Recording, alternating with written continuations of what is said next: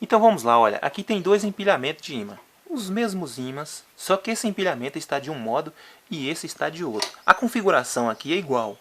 Então à primeira vista que vemos, achamos que está normal, tanto esse quanto esse.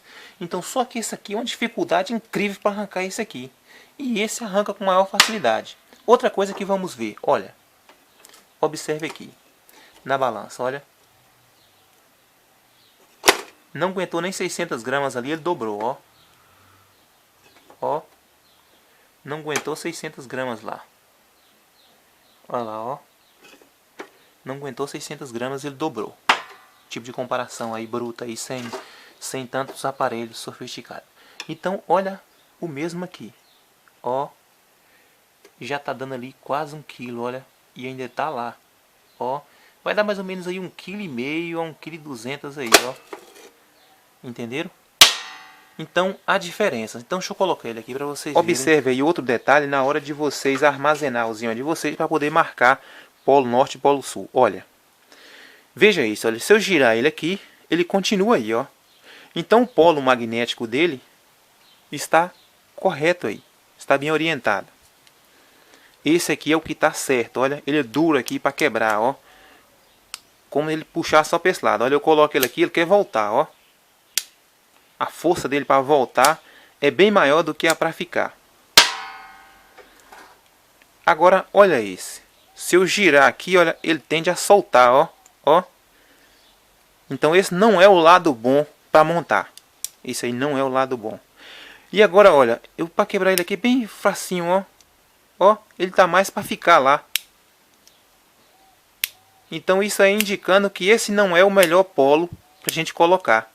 O melhor polo seria esse aqui. Então depois que a gente fez isso aqui, que achou esse polo dele, a gente pode numerar aqui, olha. Norte, põe o de baixo lá, sul. E vai mudando. Norte e o de baixo, sul. Norte e de baixo, sul. Porque tudo que eu cheguei aqui está norte, eu coloquei de baixo até marcar todos. Para na hora que a gente colocar no motor, vai ser a mesma coisa. Norte e sul. Norte e sul. Para criar um alternador. Esses alternadores também poderia ser todo esse lado norte e todo o outro lado sul. Só que aí aumenta também a questão da velocidade. Vai gerar trifásico também, porque lá é trifásico. Então o que acontece em um gerador trifásico? As suas bobinas estão 120 graus defasados, completando aí os 360 graus. Então supondo que isso aqui seria um ímã, no momento em que ele passa aqui, no momento em que ele está nessa fase aqui, ele não está mais em nenhuma das outras fases 100%. Está defasadas, que elas estão aí como se fosse um triângulo. Então, ele vai estar girando cada fase em cada um instante. Como essa diferença daqui é de 120 graus, ele não precisa dar uma volta completa para fazer uma fase, o rendimento dele é bem melhor, o aproveitamento é melhor. Então essa é a vantagem dos geradores trifásicos. Aí por que os geradores trifásicos não tem mais? Não são mais vendidos? Bem, são mais vendidos, são mais caros, são mais difíceis de controlar, mas o aproveitamento nesse caso de geração para eólica foi onde tiveram o melhor aproveitamento. Então esse que a gente vai fazer, calculando os ímãs, ele vai ficar nessa média aí de 400 a 420 watts. Eu vou estar usando 12 ímãs. Eu vou estar usando aqui 12 ímãs. Eu só coloquei aqui, mas não está orientado ainda certo. Eu só coloquei para vocês verem. Eu vou estar usando aqui 12 ímãs de 2,5 cm. E aqui, outro detalhe de construção para os locais que tem pouco vento é inclinar um pouquinho aqui o ímã. Não pode inclinar muito. Se inclinar muito, ele vai terminar perdendo. Essa inclinação é para fazer a reentrada aqui. Quando o ímã está reto, ele tende a segurar mais aqui. Então, por isso, inclinar ele um pouquinho para fazer essa reentrada para ficar mais leve. Outro detalhe é, quanto mais próximo ficar aqui, melhor será a geração. Melhor vai ser essa distribuição aí. Melhor vai ser essa permeabilidade magnética. mas com isso também pesa mais. Então, se a gente quer balanceado, vamos ter que deixar uma diferença aqui de 1 a 2 milímetros. 3 máximo, mas já fica muito distante. Então temos que ter esse controle. E se vai fazer usando este tipo de motor, como vocês veem, ele é meio boleado aí. O ímã não tem um apoio bom. Ele fica assim meio, digamos aí, zanzando aí. Então, marca os locais certinho. Primeiro divide, coloca taliscamento aí, divide tudo certinho.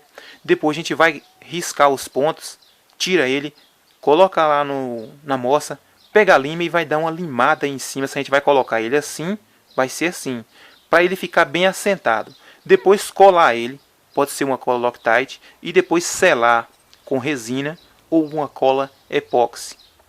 Pode colocar uma base aqui embaixo e fazer esse selamento.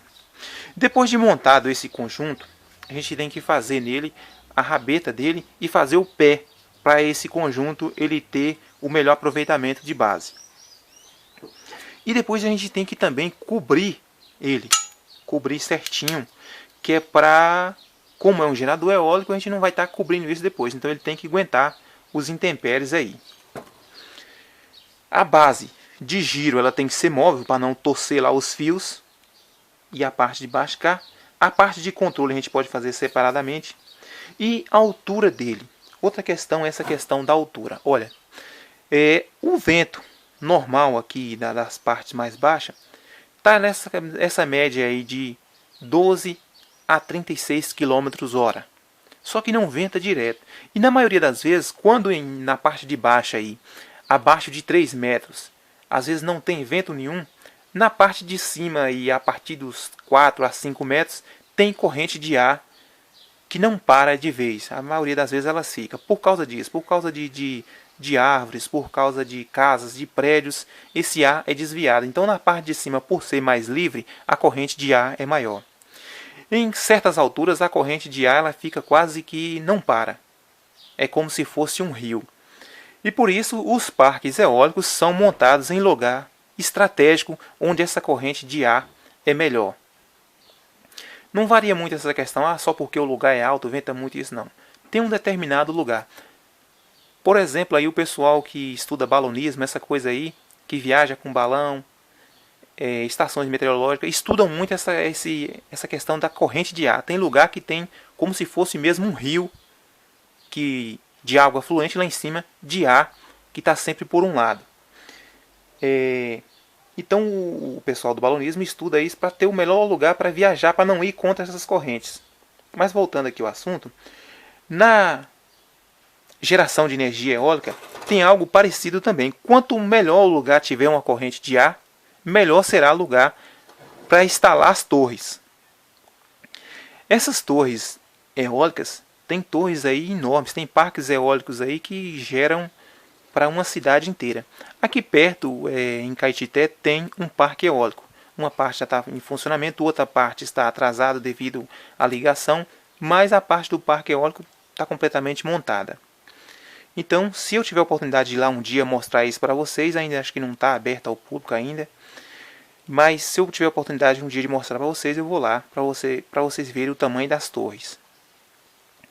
Outra coisa de construção em boa parte dos geradores, tanto pequenos como grandes, seria um pequeno motor para deslocar ele. Porque às vezes o mais difícil em um pequeno gerador é o início. Porque esse movimento que ele está parado, segundo as leis da física, o corpo que está parado permanece parado até uma força agir contra ele, que está em movimento permanece em movimento até que uma força haja contra ele. Então o que acontece? Essa questão dele estar parado, esse primeiro impulso é o impulso mais difícil dele vencer esse primeiro impulso. Tudo que venceu esse primeiro impulso, aí já fica fácil. Então o que tem alguns geradores? Um pequeno motor de acoplamento só para dar aquele início. Esse motor seria também um gerador. Se esse motor estiver funcionando, em uma velocidade de 100 RPM, consumindo uma corrente aí de 1 ampere, e esse motor passar a uma velocidade de 200 RPM, Ao invés desse motor consumir, ele passa a gerar. Depois que ele deu o impulso aqui, que pegou a velocidade, quanto mais aumenta a velocidade aqui, o consumo dele será menos. Ele pode passar a gerar mais. Mas também pode aquecer esse motor. Então, tem vários projetos. Os projetos básicos é esse aí que eu estou falando para vocês, que a gente vai fazer. E com o tempo eu vou explicando para vocês também a questão de como bobinar certinho. Nesse bobinamento, vai ser também parecido com o bobinamento de alternadores. Já dá para vocês pegarem aí e começar a fazer os alternadores de vocês aí que for fazer para carro, para outra coisa. Porque o tipo de esquema, como vamos tirar o esquema, você pode tirar também de um alternador. Bem, pessoal, então já deu para dar uma explicada aí mais ou menos como é que vai funcionar a coisa, como vamos fazer. Você já tem uma ideia? Então peço a vocês que compartilhem o vídeo para que outros vejam. Os vídeos pode ser grande ou pode ser pequeno, de acordo a gente vai explicando esse material, de acordo vocês vão absorvendo ele, para a gente procurar fazer o melhor projeto. O que digo a vocês é que esperem fazer o projeto, esperem testar o projeto e aí vocês comecem o projeto de vocês. Os projetos feitos em bobina de ar são bem mais leves, mas têm um menor rendimento. E principalmente essa questão aí de vocês alinhar esses ímãs. Então, se os ímãs for desse modo que eu falei para vocês, prestem atenção nesse alinhamento. E a questão da distância, a questão da curva que esse ímã vai ficar. Então, compartilhe o vídeo para que outros vejam. Deixe o ok de vocês, se inscreva no canal. Muito obrigado e até a próxima.